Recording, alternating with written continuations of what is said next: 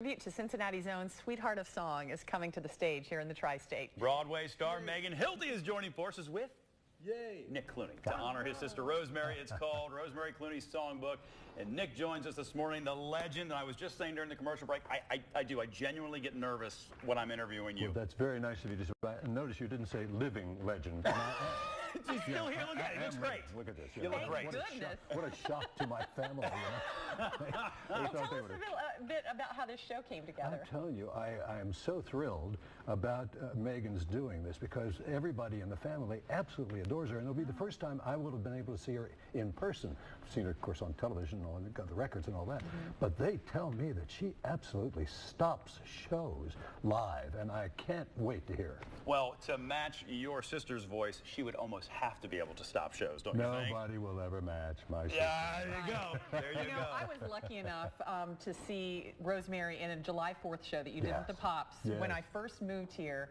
And it was incredible to me that she sounded the same that night as she sounded in White Christmas and on her records. Of course, we had an advantage because we were at the first 4th of July.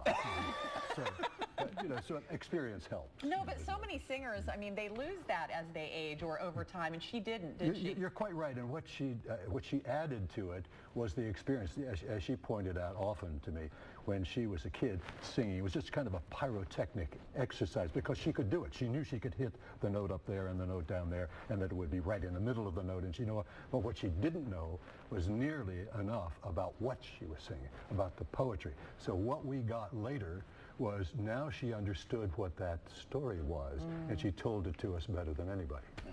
Yeah. Great. And of course, I once sang a duet with her, after which she didn't speak to me for 3 years. Couldn't have been that bad. No.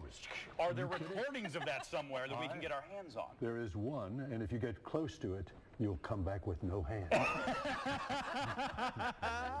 Well, are you ever sort of stunned at how your sister's legend and that voice continues to resonate today, be it with the Pops or the Playhouse just had the wonderful show that they did? It was great, yeah. You know what was wonderful about all of this? Rosemary had only one fear. She was fearless person. She had only one, not a fear, even a concern.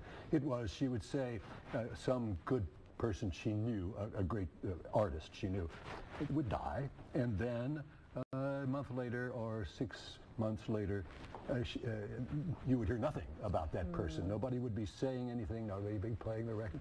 And she would say to me, boy, the water closed over him in a hurry, didn't it? And that would, and so she, our kind of unspoken collaboration was to be, we'll do the best we can to hold the water off.